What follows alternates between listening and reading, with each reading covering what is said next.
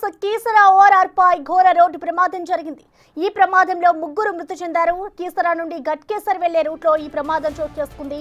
బొలారో వాహనం ఢీకొట్టడంతో ఒరిస్సాకు చెందిన ముగ్గురు వ్యక్తులు అక్కడికక్కడే మృతి చెందారు. సంఘటనా స్థలానికి చేరుకున్న పోలీసులు కేసు నమోదు చేసి దర్యాప్తు చేస్తున్నారు. ఓఆర్ఆర్ పై చెట్లకు నీళ్లు పోస్తుండగా ఈ ప్రమాదం జరిగింది.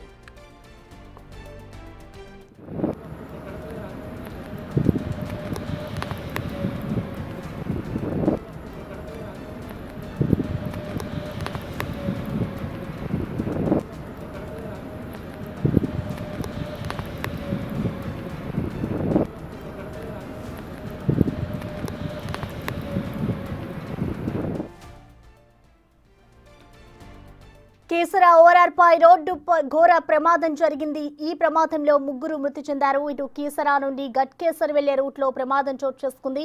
బొలారో వాహనం ఢీకొట్టడంతో ఒరిస్సాకు చెందిన ముగ్గురు వ్యక్తులు అక్కడికక్కడే మృతి చెందారు. ఇటు సంఘటనా స్థలానికి చేరుకున్న పోలీసులు ప్రస్తుతం కేసు నమోదు చేసి దర్యాప్తు చేస్తున్నారు. ఓఆర్ఆర్ పై చెట్లకు నీళ్లు పోస్తుండగా ఈ ప్రమాదం జరిగింది. ఇక దీనికి సంబంధించిన పూర్తి డీటెయిల్స్ ని మా ప్రతినిధి సురేష్ అందిస్తారు. సురేష్, చెప్పండి, అసలు ప్రమాదానికి సంబంధించి వివరాలు ఏ విధంగా ఉన్నాయి? ఇటు ఎవరైతే ఆ వాహనం నడుపుతున్న వ్యక్తి ఉన్నారో, ప్రమాదానికి కారణమైన వ్యక్తిని పోలీసులు అదుపులోకి తీసుకున్నారా? అతనికి సంబంధించిన డీటెయిల్స్ ఏమైనా తెలిసాయా?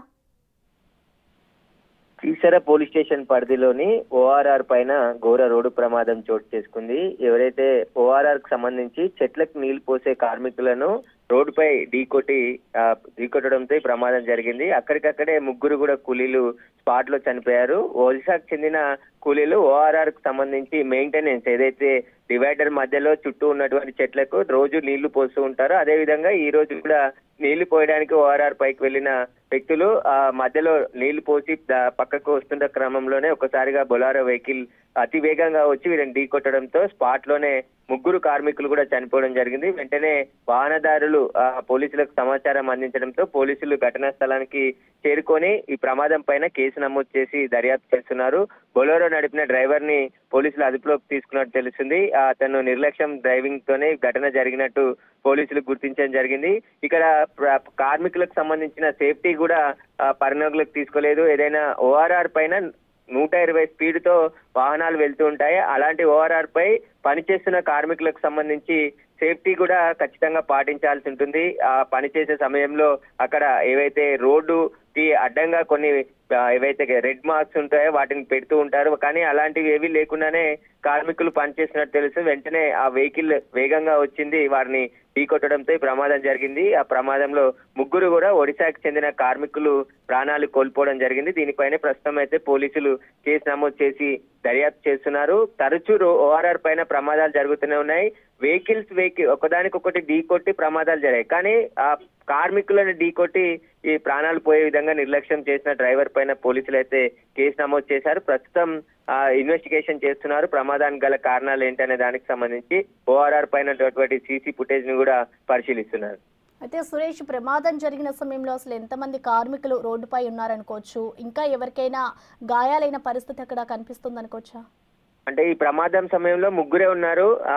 ఔటర్ రింగ్ రోడ్ కి చివరి లైన్ లో, అంటే ఆ లైన్ లో ట్రక్కులు లారీలు వెళ్లే లైన్ అదంతా కూడా 80 నుంచి 100 స్పీడ్ మాత్రమే వెళ్లాల్సి ఉంటుంది. కానీ అత్యంత వేగంగా సర్వీస్ అంటే ఏదైతే లాస్ట్ లైన్ ఉంటుందో ఆ లైన్ లో బొలెరో వెహికల్ వచ్చి వీరిని ఢీకొట్టినట్టు తెలుస్తుంది. మృతదేహాలు కూడా చివరికి డివైడర్ ఉండేటువంటి ఏదైతే రోడ్డుకి సైడ్ గా ఉండేటువంటి వైపే పడి ఉన్నాయి. వెంటనే పోలీసులు కూడా అక్కడికి చేరుకొని ప్రస్తుతం అయితే ఇన్వెస్టిగేషన్ చేస్తున్నారు. ఇంకా ఎవరైనా ఉన్నారా వీరితో పనిచేసే వాళ్ళు, ముగ్గురే ఉన్నారనే దానికి సంబంధించి ఇంకా వివరాలు అయితే వెల్లడించలేదు. ముగ్గురు మాత్రం స్పాట్ లో ప్రస్తుతం చనిపోవడం జరిగింది. ఆ బొలెరో వెహికల్ కూడా దాదాపు ప్రమాదం జరిగిన తర్వాత 100 మీటర్ల వరకు కూడా ముందుకు వెళ్లిన తర్వాత ఆగినట్టు తెలుస్తుంది. ప్రస్తుతం అయితే పోలీసులు దర్యాప్తు చేస్తున్నారు. వీరంతా కూడా నిరంతరం ఓఆర్ఆర్ పైన ప్రతిరోజు కూడా ఆ చెట్లకి ఏదైతే గ్రీనరీ ఉంటుందో ఆ చెట్లన్నిటికి కూడా నీళ్లు పోయడం, చెట్లు కట్ చేయడం ఇవన్నీ కూడా రోజుగా పనిచేస్తూ ఉంటారు. అందులో భాగంగానే ఈ రోజు కూడా మేడ్చల్ నుంచి ఇటు గట్కేసర్ వైపు వచ్చే దారిలో వీళ్ళు పనిచేస్తున్నారు. ఆ పనిచేస్తున్న సమయంలోనే ఒక్కసారిగా అతివేగంగా వచ్చిన బొలెరో వెహికల్ వీళ్ళని ఢీకొట్టడంతో అక్కడికక్కడే ప్రాణాలు కోల్పోవడం జరిగింది. ప్రస్తుతం మృతదేహాలని గాంధీ మార్చరికి తరలించి పోస్ట్ మార్టం అనంతరం స్వగ్రహాలకు తరలించే అవకాశం ఉంది. కానీ ఓఆర్ఆర్ పైన ఇలా నిర్లక్ష్యం ఎవరు ఉందనే దానికి సంబంధించి పోలీసులు కూడా విచారణ జరుపుతున్నారు. కార్మికులు పనిచేసే సమయంలో ఖచ్చితంగా అక్కడ ఏవైతే సేఫ్టీ మెజర్స్ తీసుకోవాలో అవన్నీ కూడా తీసుకోవాల్సి ఉంటుంది. అవి తీసుకున్నారా లేదా, ఎందుకు నిర్లక్ష్యంగా ఉండాల్సి వచ్చింది, వాటన్నిటికి సంబంధించి కూడా విచారణ జరుపుతున్నారు. అయితే సురేష్, అంటే ఎప్పుడైతే ఈ ప్రమాదం జరిగిందో అప్పుడు ఆ వెహికల్ కి సంబంధించిన డ్రైవర్ ఓవర్ స్పీడ్ లో ఉన్నారనుకోవచ్చా? ఎందుకంటే ఓఆర్ఆర్ అంటే ఎక్కడికక్కడ మార్క్స్ కూడా పెడతారు, ఇంత స్పీడ్ లోనే వెళ్ళాలి అనే రూల్స్ కూడా ఉంటాయి. వాటన్నిటిని ఉల్లంఘించి ఆయన ఓవర్ స్పీడ్ గా వెళ్ళాడనుకోవచ్చా?